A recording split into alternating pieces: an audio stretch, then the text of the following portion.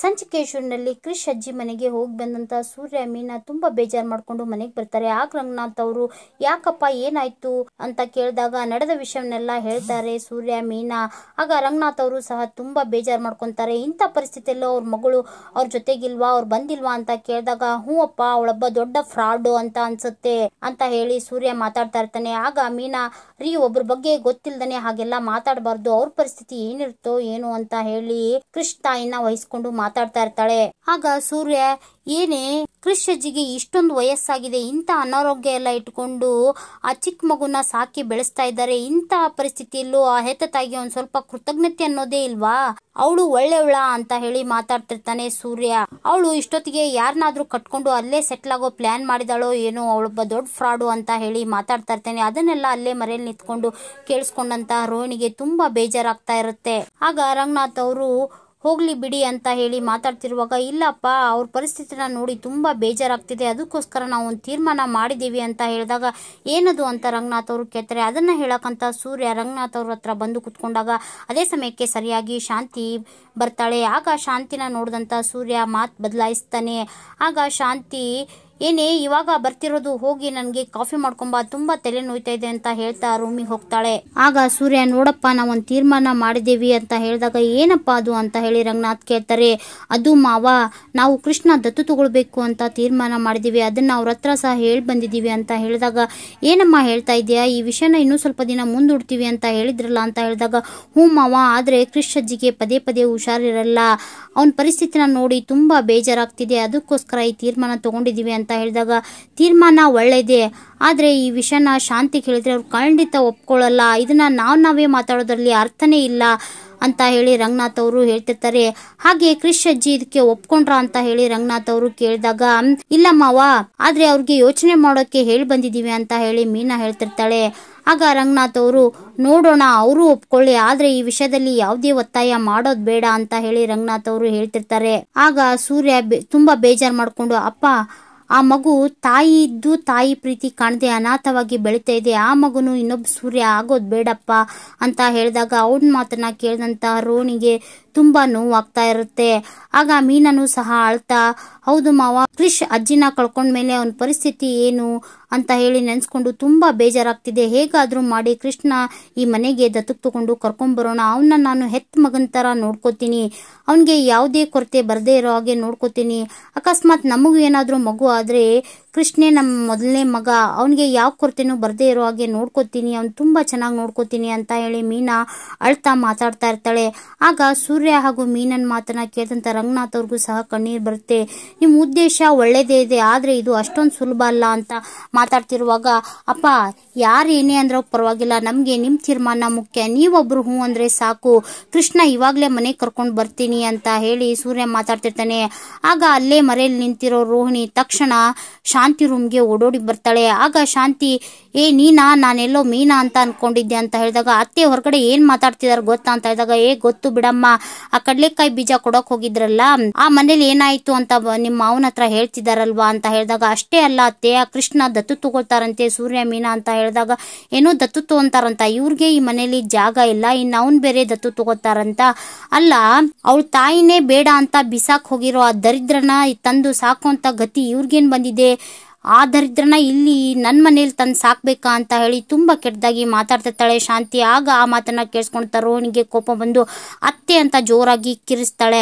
ಆಗ ಶಾಂತಿ ಯಾಕಮ್ಮ ನೀನ್ ಕೋಪ ಮಾಡ್ಕೋತಿದ್ಯಾ ಅಂತ ಹೇಳಿದಾಗ ಬೇಜಾರಾಯ್ತು ಅತ್ತೆ, ನೋಡು ಅವರು ಆ ಮಗುನ ಏನಾದ್ರೂ ದತ್ತಕ್ ತಗೊಂಡ್ಬಂದ್ರೆ ಆ ಮಗುನು ಸೇರಿಸಿ ಅವ್ರ ಸಮೇತ ಈ ಮನೆಯಿಂದ ಹೊರಗೆ ಹಾಕ್ತೀನಿ ಅಂತ ಹೇಳಿದಾಗ ಅಯ್ಯೋ ಅತ್ತೆ, ಆ ಮಗುನ ಅವರು ಕರ್ಕೊಂಡ್ ಬರ್ದೇ ಇರೋ ಹಾಗೆ ಏನಾದ್ರೂ ಮಾಡಿ ಅಂತ ಹೇಳಿದಾಗ ನೋಡಮ್ಮ ನಿನ್ಗಿದೆಲ್ಲ ಗೊತ್ತಾಗಲ್ಲ, ಅವ್ರು ಒಂದ್ ವೇಳೆ ಏನಾದ್ರೂ ಮಗುನ ಕರ್ಕೊಂಡ್ ಬಂದ್ರೆ ಅದೇ ಉದ್ದೇಶ ಇಟ್ಕೊಂಡು ಅವ್ರನ್ನೂ ಮನೆಯಿಂದ ಹೊರಗೆ ಹಾಕ್ತೀನಿ, ಇದು ಒಳ್ಳೆ ಪ್ಲಾನೇ ಅಂತ ಮಾತಾಡ್ತಾ ಹೋಗು ನೀನ್ ಹೋಗಿ ಆ ಮೀನಾಗೆ ಕಾಫಿ ತಗೊಂಡ್ ಬಾ ಅಂತ ಹೇಳು ಅಂತ ಹೇಳ್ತಾಳೆ. ಆಗ ರೋಹಿಣಿ ಮಾತ್ರ ಅದೇ ಯೋಚನೆ ಮಾಡ್ತಾ ದಿಗ್ಭ್ರಮೆಯಲ್ಲಿ ನಿಂತಿರ್ತಾಳೆ.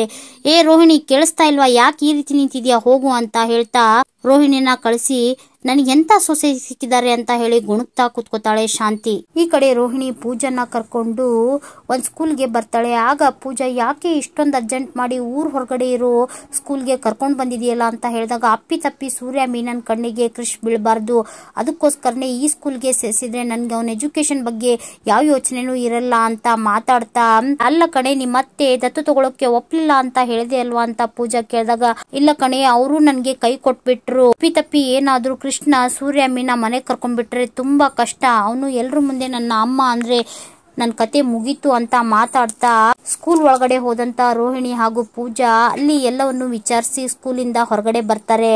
ಆಗ ಪೂಜಾ, ಅಲ್ಲ ಕಣೆ ಇಷ್ಟೊಂದು ಫೀಸ್ ಹೇಳ್ತಾ ಇದ್ದಾರೆ, ಹಾಗೆ ಮನೆ ಅಡ್ವಾನ್ಸ್ ಬೇರೆ ಕಟ್ಟಬೇಕು, ಹೇಗೆ ಅಡ್ಜಸ್ಟ್ ಮಾಡ್ತೀಯಾ ಇಷ್ಟೊಂದು ದುಡ್ಡು ಅಂತ ಕೇಳಿದಾಗ, ನಾನು ಹೇಗೂ ಅಡ್ಜಸ್ಟ್ ಮಾಡ್ತೀನಿ, ಒಟ್ಟಿನಲ್ಲಿ ಕೃಷ್ಣ ಅಲ್ಲಿಂದ ಕರ್ಕೊಂಡು ಬಂದ್ರೆ ಸಾಕು ಅಂತ ಮಾತಾಡ್ತಿರ್ತಾಳೆ. ಆಗ ಪೂಜಾ, ಇಷ್ಟೊಂದು ಫೀಸ್ ತಗೊಂತಾರಲ್ಲ, ಒಂದ್ಸಲಿ ಸ್ಕೂಲ್ ಫೆಸಿಲಿಟೀಸ್ ನ ನೋಡ್ಕೊಂಡ್ ಬರ್ತೀನಿ ಅಂತ ಹೇಳಿ ಸ್ಕೂಲ್ ಒಳಗಡೆ ಹೋಗ್ತಾಳೆ. ಈ ಕಡೆ ರೋಹಿಣಿ ತನ್ನ ತಾಯಿಗೆ ಕಾಲ್ ಮಾಡಿ, ಅಮ್ಮ ಇಲ್ಲಿ ನಿಮ್ಗೋಸ್ಕರ ಒಂದ್ ಮನೆ ನೋಡಿದ್ದೀನಿ, ಹಾಗೆ ಹತ್ರ ಆಗೋ ರೀತಿ ಒಂದ್ ಸ್ಕೂಲ್ನು ನೋಡಿದ್ದೀನಿ, ಕ್ರಿಶ್ ಹಾಗೂ ನಿನ್ನ ಇನ್ನೊಂದು ವಾರದಲ್ಲಿ ಇಲ್ಲಿಗೆ ಕರ್ಕೊಂಡು ಬರ್ತೀನಿ ಅಂತ ಹೇಳಿದಾಗ ಖುಷಿ ಆದಂತ ಪ್ರಮೀಳಾ, ಈಗ್ಲಾದ್ರೂ ನೀನು ನಿನ್ ಮಗನ ಬಗ್ಗೆ ಯೋಚನೆ ಮಾಡ್ತಿದ್ಯಲ್ಲ ಅಂತ ಹೇಳಿ ಮಾತಾಡ್ತಾ ಇರ್ತಾಳೆ.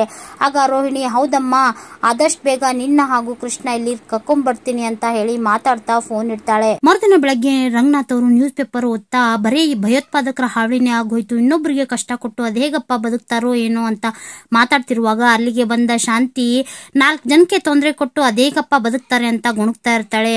ಆಗ ಶಾಂತಿ, ಮೀನಾ ನನಗೂ ಕಾಫಿ ತಗೊಂಬಾರೆ ಅಂತ ಹೇಳಿದಾಗ ಮೀನಾ ಕಾಫಿ ತಗೊಂಡ್ಬರ್ತಾಳೆ. ಆಗ ಶಾಂತಿ, ಸ್ವಲ್ಪ ಟಿವಿ ಹಾಕೋಗೆ ಏನದು ನ್ಯೂಸ್ ನೋಡೋಣ ಅಂತ ಹೇಳಿದಾಗ ಟಿವಿ ಹಾಕಿ ಮೀನಾ ಅಲ್ಲಿಂದ ಹೊರಡ್ತಾಳೆ. ಆ ಟಿವಿಯಲ್ಲಿ ಬರೀ ಅಮ್ಮನ ಹಾಡುಗಳೇ ಬರ್ತಾ ಇರುತ್ತೆ.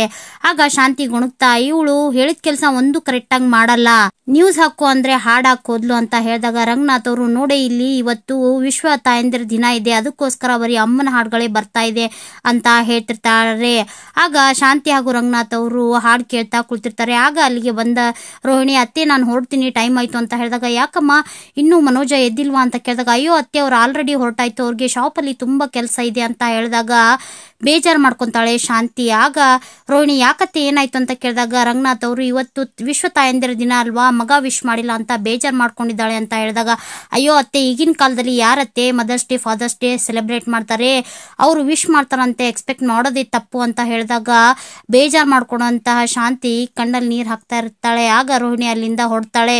ಆಗ ರವಿ ಶ್ರುತಿನೂ ಸಹ ಅಲ್ಲಿಗೆ ಬರ್ತಾರೆ. ಆಗ ಶ್ರುತಿ, ಅತ್ತೆ ನನಗೆ ಇವತ್ತು ಡಬ್ಬಿಂಗ್ ಇದೆ, ಬೇಗ ನಾನು ರವಿನ ಡ್ರಾಪ್ ಮಾಡೋಕೆ ಕರ್ಕೊಂಡು ಹೋಗ್ತೀನಿ ಅಂತ ಹೇಳಿದಾಗ ರವಿನೂ ಸಹ, ಅಮ್ಮ ನಾನು ಹೊರಡ್ತೀನಿ ಅಂತ ಹೊರಡ್ತಾ ಇರ್ತಾನೆ. ಆಗ ಶಾಂತಿ, ರವಿ ಏನೋ ಹೇಳಲ್ವೇನೋ ಅಂತ ಹೇಳಿದಾಗ, ಅಯ್ಯೋ ಅಮ್ಮ ನಂಗೆ ಟೈಮ್ ಆಯ್ತು, ನೀನು ಟಿಫಿನ್ ಅಂತ ಹೇಳಿ ಮಾತಾಡ್ಬೇಡ, ಅದು ಅಪಶಕ್ನ ಅಂತ ಹೇಳ್ತಾ ಅಲ್ಲಿಂದ ಹೊರಡ್ತಾರೆ. ಆಗ ದುಃಖದಿಂದ ಕಣ್ಣೀರ್ ಹಾಕ್ತಾ ಇರ್ತಾಳೆ ಶಾಂತಿ.